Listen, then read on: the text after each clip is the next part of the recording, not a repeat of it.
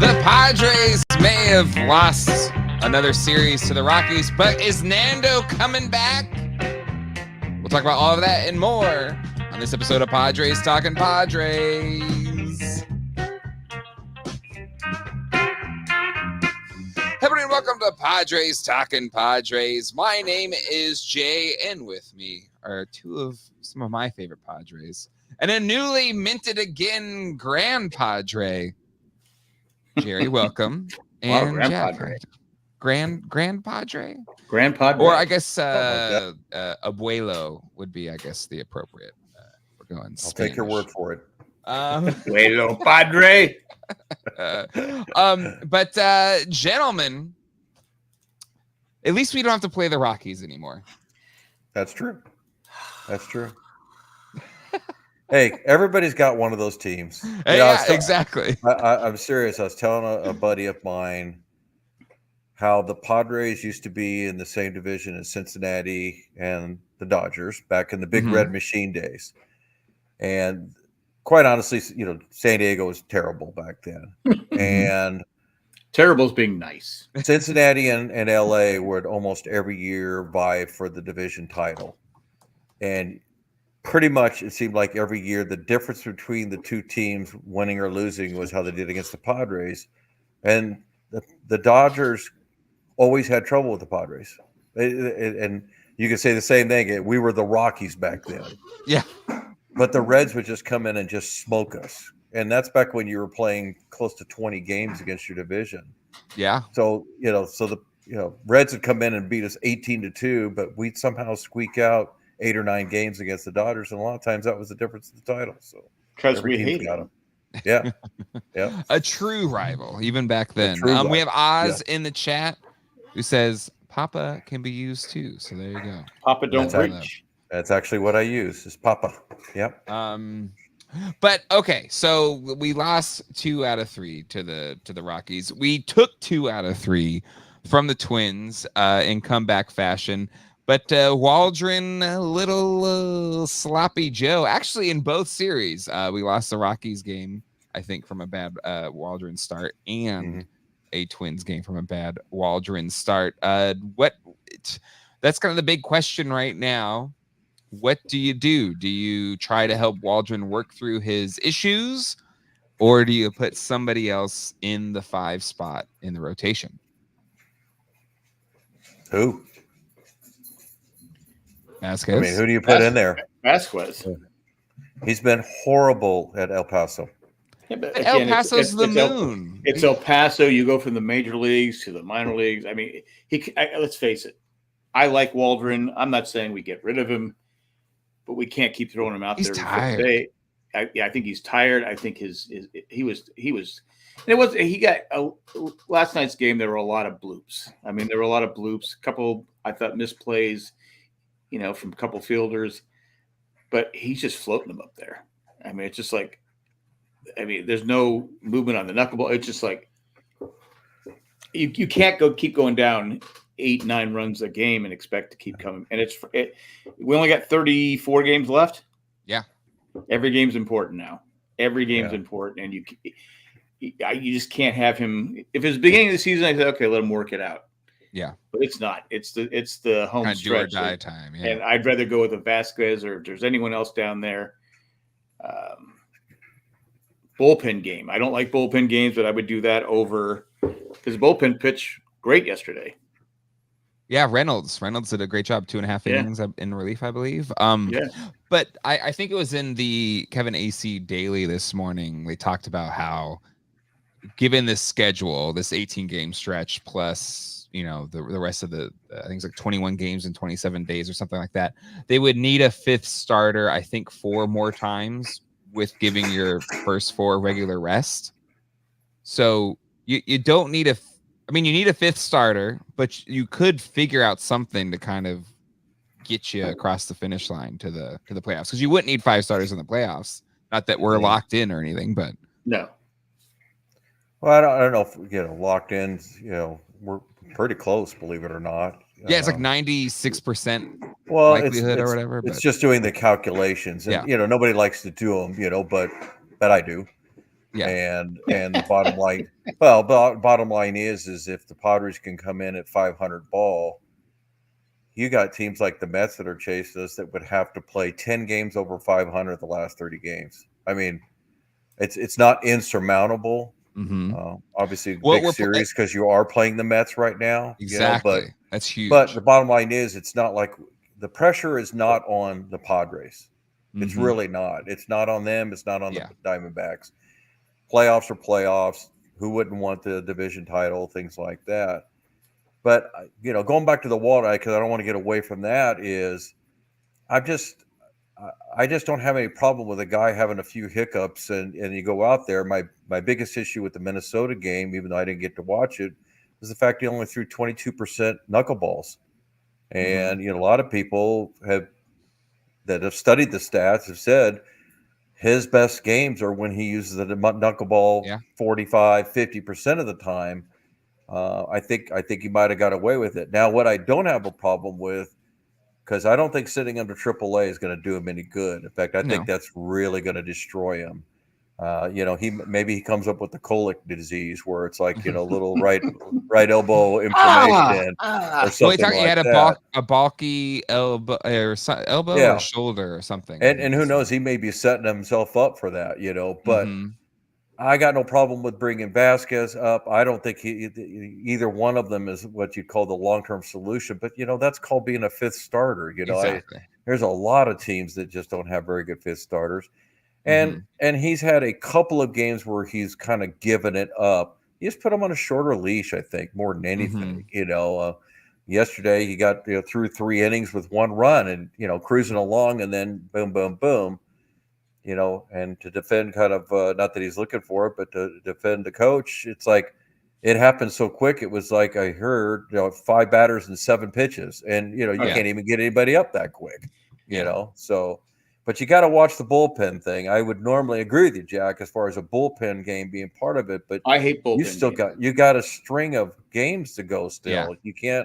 You just can't afford to do that. I agree, but again, you can't just piss away a game. No, and it's the reason I think the reason he only threw 22% knuckleballs was his ball wasn't knuckling. It was literally just like going 30 miles an hour over the plate. Yeah, right. And he lost the feel. He hasn't had a feel for it for a little while now. That's why you're seeing the struggle. Is he hasn't had a feel for it? Because if he can't throw the knuckleball, then he's just a guy.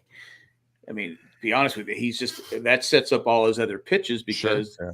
He doesn't have overpowering stuff, but when he's got that knuckleball going, if you're a hitter and you go, okay, I got to watch out for that floating thing that's going to go all over the place. Yeah. And then boom, boom, boom. So I think, again, I like Waldron. I just think he's, like Jay said, he could be tired. He could be, you can see in his head. He was just that 1 inning, bam, bam. And again, I thought Peralta could have caught a ball that it went over his head. And, that's, we know that with Peralta, we're not going to get top-notch defense, but he's been hitting, so you got to keep him in there. I thought that Colorado game on Sunday, he had 2 plays where he should have made the plays. Yeah, and it cost us 2 runs. So be it, but he's been hitting, so you get, that's where you say, I wish we had Tatis because, probably win that Sunday game, Yesterday wouldn't have been a 10-0 game because the ball wouldn't have got over his head, and a lot of balls drop in front of Peralta. But again, he's hitting. Well, let's talk about that because it is the thumbnail, main topic. And Cesarina Macasco asks, when is Tatis coming back to play? Well, let's talk about it because that would solve the Peralta conundrum. And if you have been listening to Mike Schiltz interviews when he's asked about Tatis, he really talks about kind of ramping up, but he hasn't done running yet, right? And today, before the game, during practice, let me mute this here. There was Tatis sprinting on the field with a smile on his face as he did it. So, and he's supposed to take batting practice tonight, I think, too. He was taking batting practice as well. I believe Dennis Lynn said that. So let me pull up Dennis. Yeah, I believe it was Dennis Lynn. Yeah. Lynn. Put that there. Well, he's not coming up. Yeah. Is it two? How do you spell Dennis? Two S's? Yeah. No. I'd love to have Tatis back, but he doesn't start. So. But either way, that's true. That's true. Well, he's got a good arm. He could be. But so the fact, I believe they said he was running at 70%. And then Schilt today said that he is going to begin ramping up his activities. Heard that he will be joining the team on the next road trip to continue that ramping up. And then there will be some type of, rehab start in the minors somewhere. So we're looking at potentially, having Tatis back relative like a week and a half, maybe 2 weeks. I heard they projected September all along. So, I mean, none of this is to me surprising. I actually want more. I actually want more news on Darvish if that's a possibility, because honestly, I don't think we're getting news on Darvish until I think it just happens when it happens because of the personal nature of his leave. No, and that's what I'm saying. I mean, I'm not saying that would solve the fifth starter problem. Yeah, because Darvish, as we know, is a workhorse with practice. He's always going to be out there getting ready. Nothing gets you totally game ready, but if per se, he were to come forward and say, "Hey, I'm going to be back in a week," well, that 2 weeks from now you're going to get 5 innings out of him. Easily. Yeah. And that's no offense to Tatis, and not making that minor by any stretch of the imagination, but getting Darvish back would mean more. Oh, absolutely. Yes. That would mean I don't more. disagree. Our offense, getting both back would be gravy. Well, of course. But if you made me choose which one right now with the playoffs right up ahead, I'm going for Darvish. I think it means more to have him there. If he's 100%, and I don't disagree, right? Because that solves your fifth starter problem 100%. Yeah. Oh yeah, you're right. Yeah, but I think the important thing on why I think it's important that yes, the September was the expectation, et cetera, et cetera, et cetera. But I think the reason it is important that it is like these levers are starting to get pulled to get his return on track is that it's actually happening. There hasn't been like he's starting up activity like, ooh, actually it wasn't great, or we just did an MRI and he's actually going to have to wait. He just rode a motorcycle. He just got on a motorcycle. Right? He just got on a motorcycle. So I think is it surprising? No, but it is a great bit of news because it means that Tatis is on track to return, right? And because with the stress reaction, you just don't know. You don't know what the response is going to be. You don't know what the healing is going to be. And if it took a turn for the worse or didn't go as expected, to your point, Jerry, then it could be okay, well, we don't have Tatis for the rest of the year, which and this ties back into what Jack was saying. Missing Tatis defense in right field is huge. And again, Peralta has done a fantastic job. I'd even take him back next year. I agree. Like actually a lot of our bench has done a fantastic job. Yeah. But the defensive ad for Tatis and the possibility of Tatis's bat, I think would be a greater impact to the team than having Darvish back for the playoffs. So the biggest question I have, and none of us can answer it, is we talk about Tatis back, and then you sit there and say, well, wait a minute, what's the problem that he's been out for? Well, it's his legs. Mm-hmm. Do you really think Schilt's going to put him out in the outfield every game as soon as he comes back? He won't be out there. Regular season, I don't care. I have to throw that out there because, defense is the defense still. And now you have a bigger DH problem than we already have, which is we've got too many guys, and we have to DH somebody new every game, whether it's Arise one game or it's Machado another game. You put Tatis in there as the permanent DH. Well, obviously, I love his bat, but now you've got so wait a minute, who's going to play where? Because when Kim comes back, we're full now, and so we're leaving out a pretty big bat every game. Which is a good problem to have. I think he will be playing the outfield though, but probably not every day, and it probably depending on how it works out. If we have a chance for the division, he probably plays a little more. If we're already settled in our playoff spot, then you probably give him X amount of days off because those games don't. I don't want to say they don't mean anything, but if you're already in the playoffs, you already got your whatever seed you're in. There's no reason to play somebody who you need. If we're a lock, I want the 6th seed. By the way, I want to bring up the projections currently. I don't want to talk about that tonight. But you don't want to go to Arizona. No. But I'll talk about that later. But to the Tatis side of it, yeah, you're right. Like, will he be playing 100% of the time? No. But to me, if the playoffs are something that's going to happen, having Tatis in there in the playoffs, I think, is a benefit. We have enough starting pitchers. We have I don't want to jinx us. So yeah, you're right. Having guys back would be great too. We need as many as possible. Well, Demon D, what are you saying here? Yankees fan, I appreciate on the steal for Juan Soto of the century. You know what? Let's talk about that a little bit. Speaking of bad defense. Yeah, exactly. Let a ball. Was that today? Let a ball go through, cleared the bases. That was a couple of days ago where he went for, and I don't know what he was doing. It was a bad play. It was a bad play. Again, all I can say to Demon is, enjoy him for this year. So. Yeah.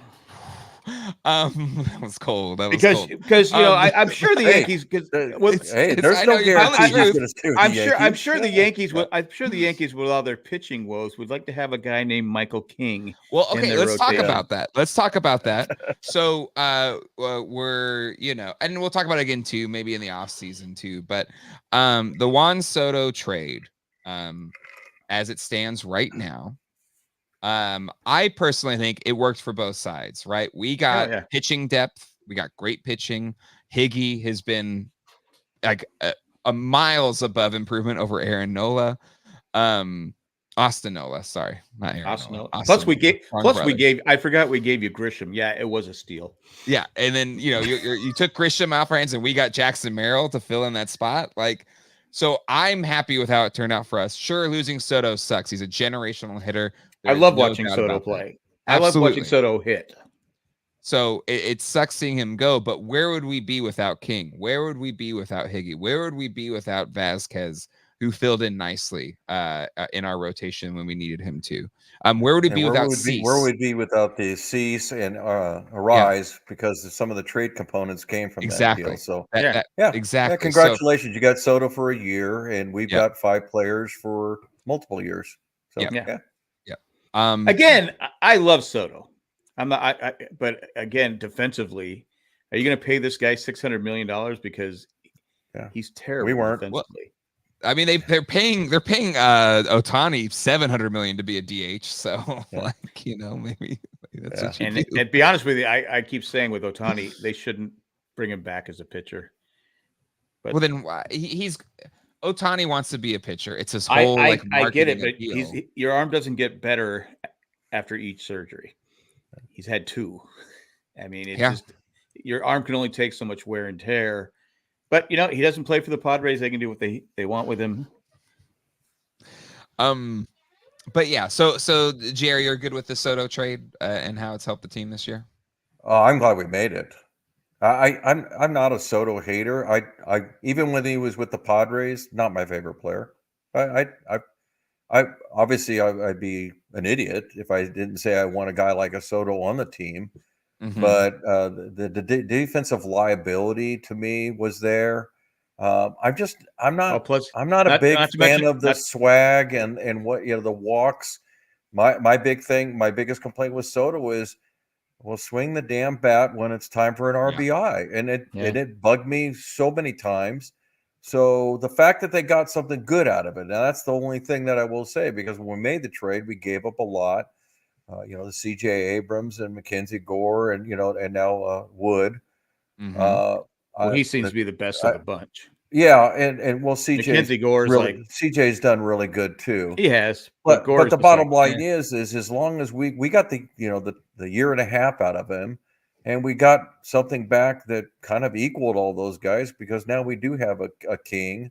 To me, is the keeper of the whole thing, and the fact that we got Cease with by having Thorpe. I mean, so yeah, I think it was a great trade for us. I think it was a better trade for us than it was for the Yankees. Plus, you got a Soto I too. agree. Is not very good on the bases. Makes a lot of bonehead mistakes. But Oz going back to the Ohtani thing. That's why I hope they bring him back as a pitcher. I think. I spoken like a true Padres fan. I said that, not me. Yeah, exactly. I will never wish injury or harm to any player, no matter the team. I just say I'm gonna say it's stupid to bring him back as a pitcher. There, I said it. But it's all right. I think it's stupid to pay $700 million to somebody to play baseball. So, well, to be fair, they're probably I don't know how many most of it. So I don't know. I don't know. You gotta still pay it. I know. I don't know how how much money they're making on in Japan off how many people are. Oh sure, yeah, they're gonna be fine. Yeah. But it's still a lot of money. Yes. All right, let's talk about. Speaking of playoffs, talk to me about playoffs. So if the season ended today, I can see that. Yeah, this is kind of small. I'm sorry, but I was trying to find one that I can't get it to zoom.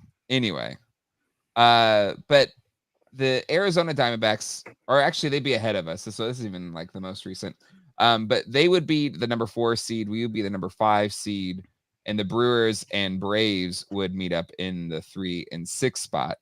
But I don't want to be the 5 or 4 seed. Like I'd rather play the Brewers. We have owned the Brewers this year, or be in the 3 seed and then face the Atlanta Braves. Like I want this who are beaten up. Yeah, I got to tell you though, Jay, man, you can just throw almost all of that away right now because right now the only thing that I would say is probably close to certain is the 6th seed will be the Braves or the Mets.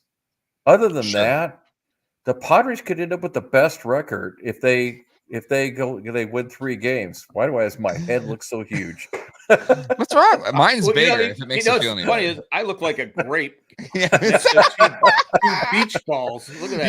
You ever get like a cheeseburger and the meat patty's just way too small for the bun? Where's the beef? That's what we have, right? Do my eyes show that I drove for 6 hours today? A little bit. You look a little sleepy. Oh my gosh, sleepy. That's better because I like to lean.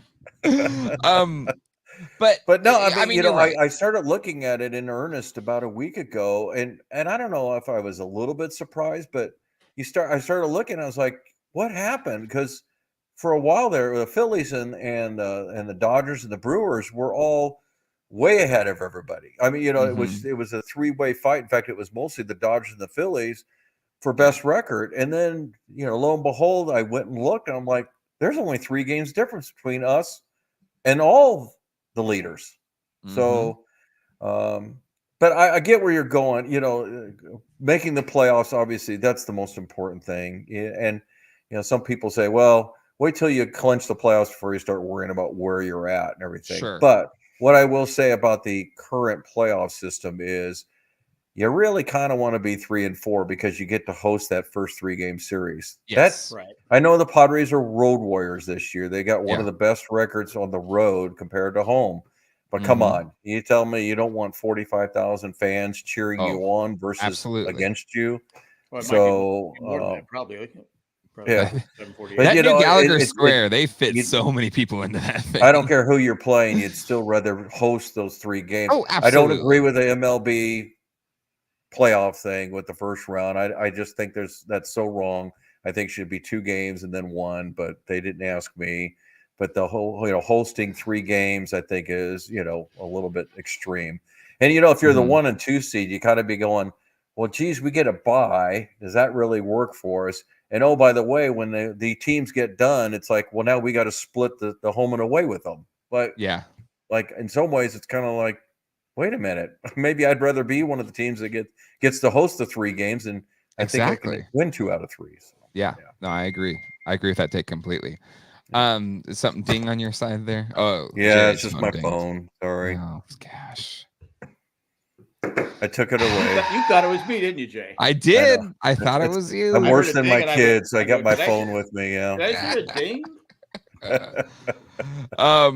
But no, I totally understand. For me, MLB is calling him. It's about time, Oz. Yeah. Stop talking, Jerry. We know what we're doing. Well, so are you saying? So that's the part you don't like, that it's 3 home games in a row, not the fact that there's this however many playoff spots or something. I think they do. Well, I don't like the 3-game playoff. Yeah. Period. Yeah. Okay. Go ahead, Jack. Yeah. Well, I think they do the 3 games at home for the traveling. You know? Yeah. No, and I get why they do it, Jack. But you go back to our day, and look, I know the wild card has some interest and everything, but it used to be, did they have even planes when the first back wild in your card day? came in, it used to be, the 2 division winners, and you did the 7-game series. Yeah. I'm a proponent of only 1 wild card. That's just me. That's the way. If I were the commissioner, it'd be the 3 division winners in 1, right? Okay. But the big thing about that is, I'd also make all the series 7 games, because I think that's we've lost the depth of but then teams. You're playing games. You only play 3. You're playing games during Thanksgiving. Yeah, but you're playing 1 less round, is what I'm saying. I'm also proponent. I see what you're saying. Yeah. Yeah, but I'd like to go back to the 154. I think that's the problem is the reason they put the reason they put the wild card games in is to give the small market teams a chance and keep those fans interested. Yeah. Because if you, look at it was Boston, New York, Los Angeles, the Dodgers. Then you'd have that one team, like Tampa Bay would squeak in there, but it was the same teams, because the other teams just didn't have it. They didn't have the money. Well, here's the thing: people that complain about this is where I counter argument the playoff thing. Like, we're still only letting 12 teams in total from both leagues out of 30. Well, because NHL has more teams in their playoff, NBA has more teams in their playoff, more than half, right? So to me, it's like, I think even with the expanded playoffs, we have less than all of the other major leagues in the U.S. So no doubt, why not? No doubt, yeah. No, it's first of all, let's get down to the root of it with one statement. It's all about the money. Absolutely, that's what it's all about. Revenue for teams. Major League Baseball makes more money because more of the clubs are excited. It helps the trade deadline, because look at this year, there was only 2 teams in the National, 1 in the American, that truly were already out of it. Yeah. Right. So I get the whole premise. Yeah, the one team we can't beat. Yeah. but I like the ideal of rewarding the best teams, period. And I think the longer the list goes, the more you're kind of, allowing things to happen. You look at the last 2 World Series have been won by the number 16. I love it. I don't I disagree. don't. I don't. You're an old man yelling at clouds. No, I'm just kidding. I am. No, I own it, Jay. I own it, man. I'm okay with it. But we got hello from North County, Michael. Welcome. Go ahead. But I just real quick on that, and then Jack, I'll give you the floor. But to me, look at March Madness. I love that it's random, it's playoffs. Like, I love the variability of it. And if you want best team of the season award, cool, like go to the best record or whatever. But like, you look at like Premier League football, soccer, and it's just, there's not as much drama. Like, okay, the team with the best record wins the championship. To me, I love you don't know, anything can happen in the playoffs, and I like that element of the expanded team. Jack, what's your thought? I was going to say, what bothers me about every league, especially with the expanded, because I remember back in the day, it was 4 teams. Just used to be American League, National League, and you won the pennant, you go play. Then it became split into 4 divisions. 2 in the American League. And those guys would play each other, but now you have all these wild card teams. What bothers me is, say you're the team, the team in first, your division wins 112 games. Mm-hmm. You win 110 and you only get a wild card. Yeah. But the team in the other division only has their division so bad. Central. They have 90 wins. I think the team that finished second in wins should get. So you're in favor of the reseeding, like reseeding? Yes, it should happen. How many times has it happened in the NFL where a team wins 7 games and they host a home game against a team that has 13 wins? It's just stupid. So I think that because if you want the best of the best, we should be rewarding the teams that have the best regular season. And I think that would, because other, if you look at some of these divisions, it's like some of those teams are and they're playing those bad teams. Mm-hmm. Just look at Central, look at the Brewers, It's funny you say that, Jack, because for a long time, obviously it's not going to happen. That it's one of those, if I'm the commissioner kind of things. Why do we not just have a 30-team league? Equal schedules for everybody, and then take the top 8 or top 4 and go from there. Because we've almost done that, and I don't get me wrong, I like the fact that there's a balanced schedule because I hate it that when every year they switch to what divisions you played more in the interleague games. And I was like, I don't like that. I'm a big believer that everybody should play the same schedule. That way, nobody can sit here and say, "Oh, I got a rougher schedule," and all that. No, you got to play the same guys, and I think that would really tell you who the better teams are. So we're a lot closer to that, although we still have more division games. We're a little bit closer to that. Well, you're talking about Jerry yelling at clouds. I was against interleague play. Yeah. Really? I didn't want it because to me it should be all right. Who's the best team from the National League? Who's the best team from the American League? But it made a big deal. Oh, we're playing the Yankees in the World Series. Yeah. Well now we play the Yankees. A lot. Play everybody. You play everybody. Yeah. And to me, I'm okay with that. You take the top whatever, how many teams make the top 6 teams or whatever it is. In each division, sure, but it does to me. Eventually, I think that's what they're going to do because the interleague play is changed. It's just changed the whole game. Yeah. And again, when the Padres were bad, it helped that the Yankees would come to town because it would sell out. It would help when Boston came to town. So, but the Padres don't need that kind of help anymore. Yeah, they have their own fan base now, and it's one of the best in baseball, but it is what it is. Those clouds. Well, so being a kid watching baseball games, and when the interleague thing happened, it was like, so that's how I got to see Ken Griffey Jr. I got to see Ken Griffey Jr. Rob a home run over the Jack Murphy Stadium wall. So seeing great players, but back then it was like we only played the American League. It was West, Seattle, the A's, and Angels. But I love that. I thought that was so I have those memories. Otherwise, let's just be honest. You were a dumb kid. No. The only other time I could have seen him is when you took me to the Padres All-Star game in 1992. Yeah. Hey, at least he said was. So. Let's bring in this question here because I did want to talk about this. Michael asks, can we win this series against the Mets? Jerry, you brought it up earlier. Mets are on the outside trying to get into that mix. So that makes this series a pretty big. It's a 4-game series. They swept us in New York back when they had their grimace winning streak run. And the person who hated walk-offs and started a big stink decided to have one of the most obnoxious walk-off wins. I don't know if it's making this big. It'll make it too.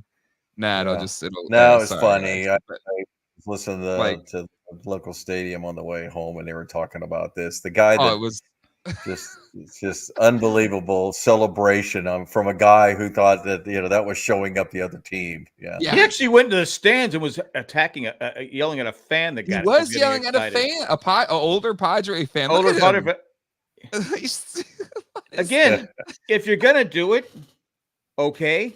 But you can't act like that after you made such a stink about someone else doing it. He literally that's the kind of stuff in life that I've accepted the celebrations. Yeah. I even like them now. I mean, it's like, okay, it's whatever. Fun. It's fun. He stops, chucks his helmet, throws his stuff down. So But you're right. Go ahead, Jack. I'm sorry, please. But I've come to go. Okay, I watched it. How can I complain about someone else when Tatis does what he does? And again, Tatis has the flair for the dramatic. He's never done that. Profar has the flair for the dramatic. He's never chucked his helmet into the. But this guy went on for like 2 days about it.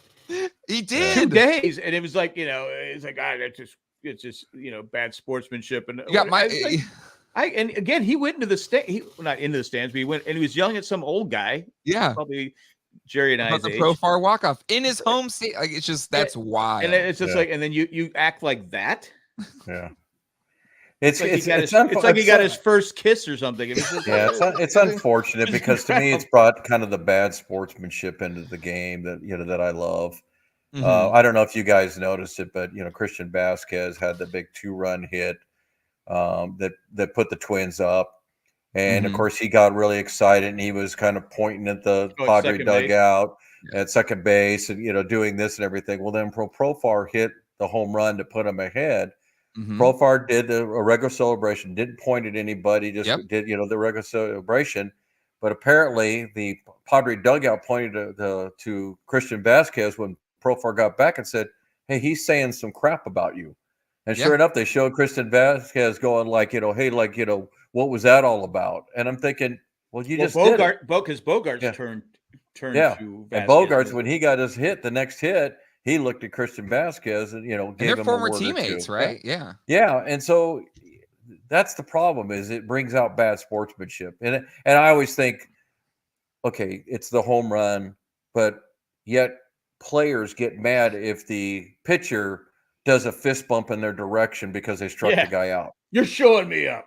You're showing me up, So it's just you have to. It has to be okay for everybody. Just like exactly, and I don't like it. I'm like Jack. I don't like it. And what's the old saying? If you do something, act like you've done it before, and you're going to do it again. I think that burns a hole in them just as much. Being classy about it. Maybe you need to bring someone back like Bob Gibson. Yeah, I tell you what, there was a day, man, and that's a little bit older than me, but there was a day you talk to the generation before me, it's like, you'd be wearing one in your ear hole, Yeah. To me, I'm not. I'm of a younger generation. Even though today I got told I was very old, and the millennials have ruined the country by Gen Zers. That was fun this morning. But you know what? That person's not wrong. Yeah, it's like I can't hardly disagree with them, but go ahead. Thank you. Let's go ahead, world killer. All right, boomers. But no, to me, I think it's fun. I think it's the celebration that those emotions, like you look at how the fans respond to it, right? It's your home stadium, and you look at how the Petco Park is hopping, and what's kind of cool is I really dig the John Boy media, so talking baseball, talking Yanks, baseball today with Chris Rose and Trevor Plouffe. And Trevor Plouffe he's a former Twin. I think he's in the Twins broadcast, so he was at that series, and it was just cool to see, and for multitudes of people, but him just be like, God, this atmosphere is unreal, and not it's playoff atmosphere, even, for a regular series, a Monday night game against the Twins. It's not some big draw team, no big giveaway, but it's a sold out crowd. Was it you that sent that video?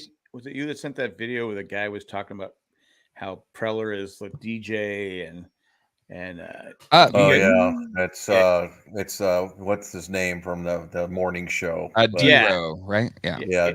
And he's talking about, and it was a fun watch because he's like going, and you got this guy, and you got this guy, and they show Mark DeRosa. Mark DeRosa, because it's like that guy that the Pirates. It came down for the 3-game series and was like going, this is a Monday night against the Pirates. How are they sold out? Yeah. And he goes, the atmosphere is just amazing and it's just incredible. So I can't complain because when I'm there, I'm cheering, I'm jumping up and down. I'm like Jerry. I used to hit a home run around the bases. You give maybe a high five, but you can blame this all on ESPN. Yeah. Well, they kind of lost me. ESPN started showing all the games, and they They kind of lost me though, Jack. I don't know about you, but when I started losing me is when they started using props in the dugout. That's when it's just got silly to me. You're not a fan of Gallagher? No, I'm really, again, I played enough. Talk about steroids. I played enough ball to know that your teammates want to congratulate. I got no problem with that. You celebrate the dugout, high fiving, all that. But yeah, when they started bringing out all these props, and it just, to me, it got kind of silly. And the big thing to me, nobody should ever make the other team, like pointing at the other team, or because. Go back to the Profar thing. I thought his intentions might have been otherwise, but it looked like he was taunting the Nationals. And I don't agree with that. But other than that, I'm like, hey, I've learned to live with it. It's not my world anymore. As long as you don't get offended by it, and as long as you don't do something very direct. Ruining the country. Ruined everything. I'm running for president, by the way. So it's vote for Jerry. You know what? You're as qualified as anybody. So let's. I went to. I wasn't here last week because I was in Chicago for a work trip. And that's our team outing. Hey, did we ever answer the question? Can we beat the Mets? Is that what you're calling it? I do want to get to what we worked every day, but after one of the days we went to a White Sox game. Right? Why are you falling asleep? No. Oh, sure. No, it wasn't that. I accidentally butt dialed you that night. It sounded like you guys were working really hard. Because we were in after work. Anyway, we went to a White Sox game. It was White Sox Yankees. I actually got to see Aaron Judge's 300th home run, which was kind of cool. Yeah. But that place is such a dump. Like it is night and day. Like and again, guaranteed rate field is not. It's 10 years older than Petco. Yeah. It's not that old. What's it called now? It's not Kaminsky anymore. No, I think it's guaranteed rate. Kaminsky since the 80s, Jack. Okay, I don't know. I thought it was Kaminsky too. I don't know. That's how much I pay attention to the White Sox. It was new Kaminsky or something like that, but they got a sponsor pretty quickly after. But anyway, it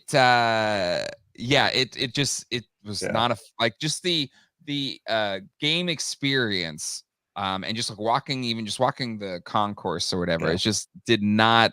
It was not a fun experience at all. But I usually, like, when I go to a different stadium, you can go, and they have a team store where you can buy baseballs from the games or whatever. So I got a baseball. It's a Pedro Avila pitched ball that was fouled off by, I'm blanking on his name now, but from last year when the Padres were at the White Sox. But that's anyway. It's kind of funny though, Jay, that you bring that up because my wife and I, we've done quite a few baseballs. Yeah, you have. And there are some, to your point, either the architecture or just the kind of the crowd ambiance is just uninteresting. Yeah. I'll be honest with you, not just because they're our rivals, but we went to the Arizona Diamondback game. Yeah, this year. This year when Arise was traded that night, in fact. And the guy that's sitting next to us actually had the picture of Preller on the phone. And 5 minutes later, it was announced, and we're pretty sure that was probably him talking to Florida. But you talk about a park that is just dull. It's Chase Field. It's really just, and you walk into some, and it's not just the Petco. You go to Camden Yards, or you go to Fenway, or there's just certain parks that are just alive, But you go to some parks and it's just, wow, it's kind of dead here, Is anybody even interested in the game? I'd say Nationals Park is that. I don't know what the actual Nationals Park isn't that great. No, it's not. It's like, I call it it looks like a glorified minor league ballpark. But the thing, it's not a bad place to watch a game, but it's right. Nobody sits Nationals down. Park is better than the White Sox one. That was brutal. But Camden Yards, we went when the Padres played them in 2019. So it was Manny's first series back after becoming a Padre, and it was dead. There was nobody there, right? Because this was the bad news for the Orioles, right?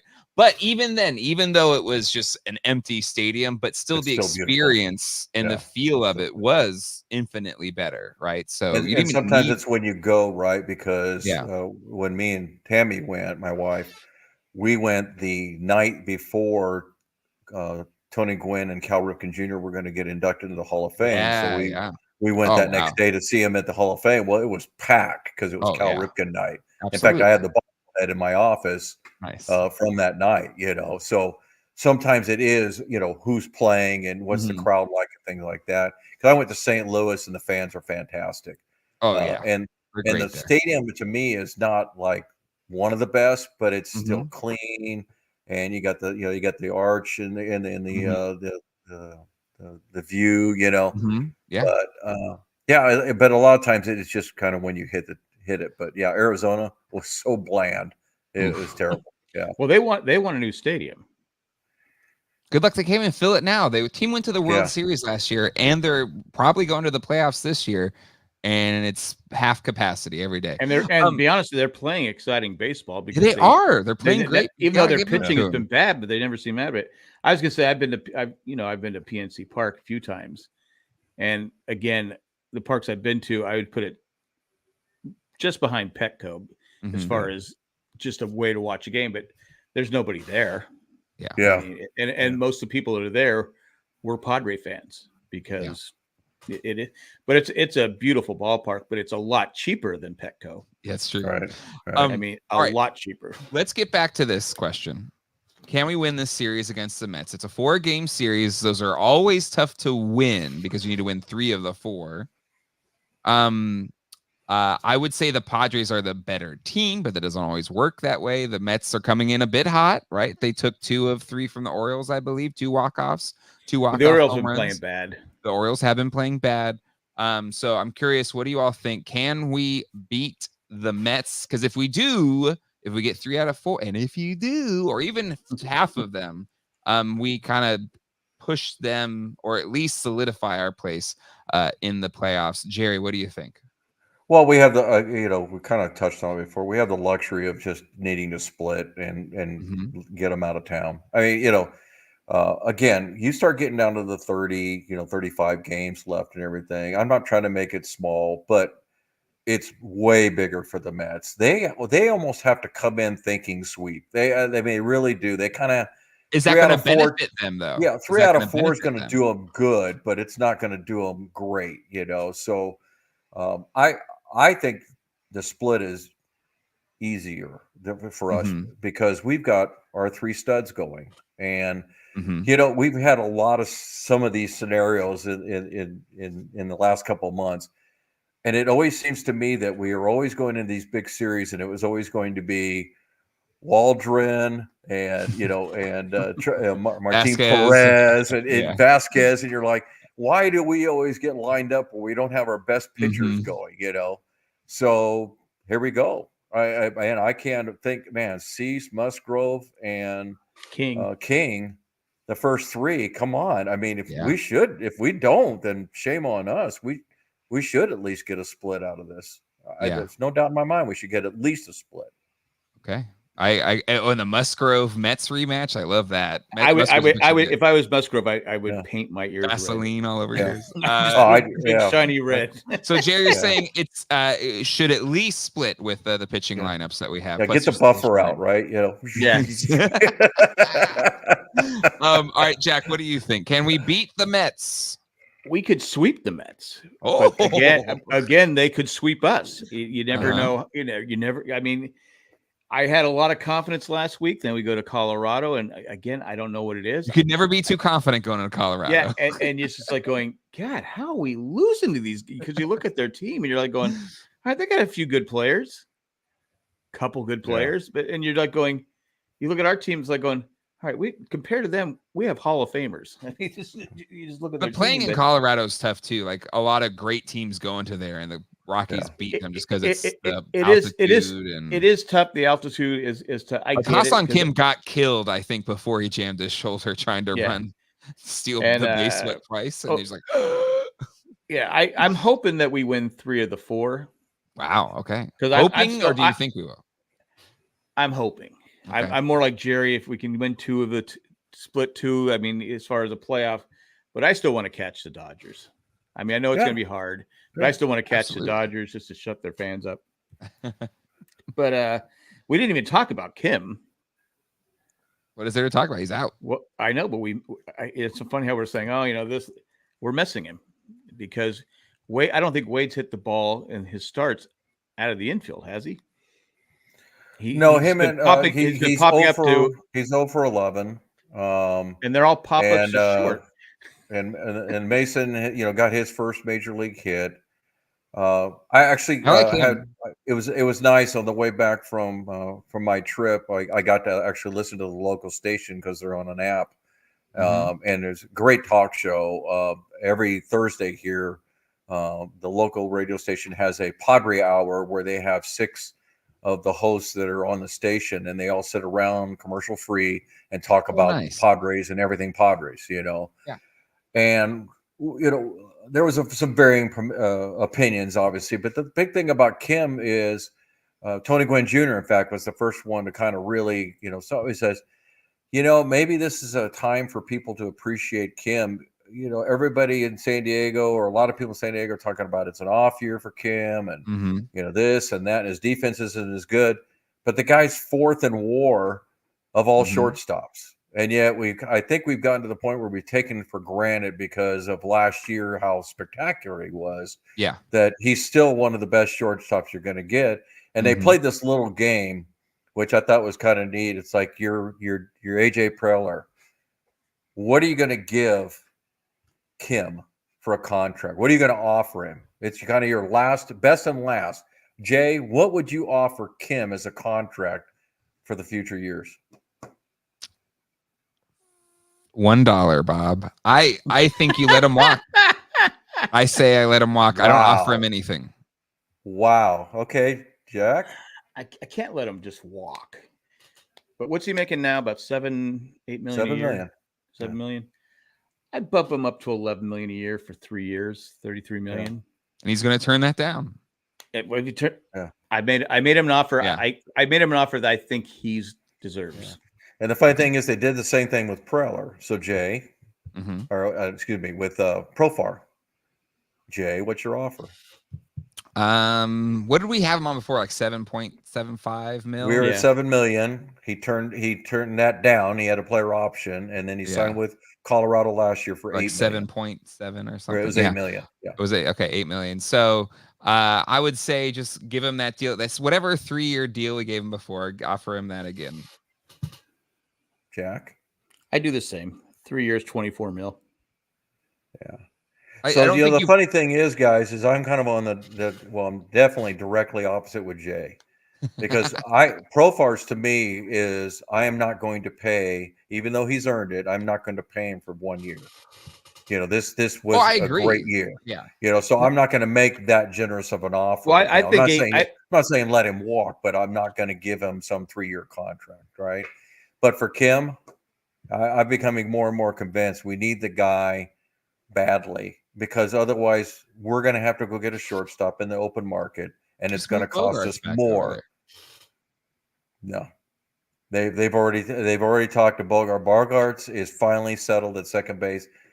Everything I understand, he doesn't want to go back to shortstop. No, I understand that. But I'm saying you have a whole preseason to prepare or whatever. He did say they've also talked about bringing Jackson Merrill into shortstop if you had an offseason. You don't have enough outfielders. You got Leo DeVries in a couple years. Like, to me, I don't think you lock yourself into Kim for a long period of time because you got Leo DeVries coming. The reason I would go after keeping Kim and Profar. I would keep him for 3 years, but he's going to want more than that. But I'm just saying, if Profar, because the reason the Padres they have depth. They have. I mean, what I would do during this stretch with Kim out, I put Bogarts. I know he doesn't want. He's comfortable. He's not gonna. It's already confirmed he's not. But I said what I would have done is with Bogarts at short, and then Solano, and Solano at first, because it's a better. You want Solano's bat because I like Wade, but again, dude has not hit a ball out of the infield since he took over. We got to remember this is a 10-game stretch. That's our number 9 hitter. I mean, I just don't put I don't put a whole lot into that. And look, it's not like he's going to go 0 for 11 for forever here. He's been a serviceable for a bunt single. Yeah, but the bottom line is, Jack, is we have to think long term here. This is a very short term thing. Everybody has to play. I mean, David Peralta went out there. He sucked at the beginning. He absolutely sucked. He was hitting a buck. That's it. For a good 10 or 12 games, I was one of the guys going, what are we doing here? We all were. Yeah. I mean, did we put Rich Hill out in the outfield now? I mean, so Rich Hill wants to come back. We got a spot in the fifth spot. But to me, when you start talking about a long term, like a Tatis, we knew that was a couple month deal. Yeah, you get worried about that. Like, okay, this is not just an overnight thing. Kim's going to be back in 7 days. I mean, I don't do anything drastic, and I think that's one of the reasons why Schilt and Bogaerts have both agreed. It's like, no. He says, I'm comfortable at second. And the guy's hitting 380 since the All-Star break. I don't want to mess with that. And to be fair, he's played pretty well at second base. He's played really well. He's been doing good. Yeah, they were saying his F4 you can tell. Wait, I want to hear now. What's the F4? I'm curious. For Bogart, I don't have the number, but apparently it's gone way up since he's played second base. Since the All-Star break. That's good. Yeah. The only time I think he made his mistake is when I think Rogers was who was pitching, and there was a bunt, and he didn't cover first base. I think that's the only mistake I can tell. But no, it could have been huge because he would have definitely got the third out, but it worked out. But I'm all right. Let's wrap up the show, gentlemen. Okay. We've talked about the Mets. You both kind of alluded to what our eventual tally would be. There's a game tonight. It's happening after we go off air. So get your popcorn. But am I the only one that feels like this last week it wasn't successful? I mean, 3-3. 3-3. I thought it was great. Yeah. 3-3. Yeah, that. I had 5-1, but it's okay. Yeah. But I'm just saying though, Jack, we have earned the right to go 500 from here on in, and two teams are going to have to win 90 or more games to pass us. Yeah, I think I feel pretty comfortable about that. As a San Diego fan, I'd feel more comfortable. Back to the mic a little bit. You're coming in a little hot. Oh, as a San Diego fan, I would feel more comfortable winning as many games as we can. Well, no, come on. Don't read into the fact that I'm fine with 500. I'm not saying that. I'm just saying, as a fan, I want to win. So it's just like. So are you unhappy? Are you unhappy, Jack, that we've won 10 out of our 11 series? Yeah, because I should have been 11 out of 11. Oh, you got to get over the Rockies. Right. You got to get over the Rockies thing, guys. I mean, you got to get over it. Jerry, here's the thing. You've known Jack for a very long time. Is he ever going to be truly happy about anything? It's like having Nate. It's like having Nate Kading as your kicker. All right. Oh my gosh. Okay. We got to land the plane here, folks. We got to land the plane. All right. We've got we got 8 games. Yeah, because they're going to play the morning before our show next. Oh, we got 4 games against the Cardinals. Yeah, 4 games against the Cardinals in humid St. Louis. The Cardinals aren't playing great right now. So well, they're just sitting outside of the wild card themselves. I'll be honest with you. I'm more worried about that series than I am this one. Because we're back into our rotation for that series. Well, and the fact we're playing at St. Louis and it's going to be like 95 degrees with 85% humidity. Yeah, and one of those games is a day game. Yeah. Well, we'll make do. All right. What do we think? I'll go first since I didn't even go last week. I'm going to say 8 games. I'm going to say 4-4. Very optimistic of you, Jay. Yeah. You know me, Mr. Optimist. Jerry, what do you think? I think we split with the Mets, and I think we. I got to go 4-4. I feel the same way, and I feel good about it because I think that 4-4 against these 8 games is actually good. Yeah. Because again, they got to catch us. They got to catch us, not the other way around. I love that. All right, Jack. If we don't go at least 5-3, I will be upset. All right, we'll find out. Well, if they go 5-3, then Jack will be upset that they didn't go 6-2 or 7-1. Well, to be honest with you, it depends. And the pitch counts. Don't get him started on the pitch. Don't get him started on the pitch count. In fact, every broadcast I watched this week, they started talking about what? What? The pitch count. Michael King. I mean, it was like, Michael King shutout, 7 innings. Like, Jay, it's time to cue the music. Please, Jay, cue the music, please.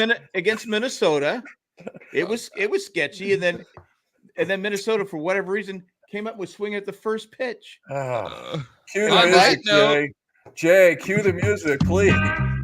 That'll do it for this episode of Padres Talking Padres. Hit the subscribe button and the bell so you don't miss it. We got a pretty big crowd watching us tonight. Thank you so much. Thank everybody in the chat. Michael, Oz. We also had Cesarina was in the chat. Yeah. Demon. We even had a Yankee fan in the house. Yeah. Exactly. Everyone's welcome. Everyone is welcome. No, not Dodger fans. I'm going to assume, Oz, I'm going to assume you had 8-0 is going to be your pick. But everybody, will see you all next week. Enjoy the Padre game tonight.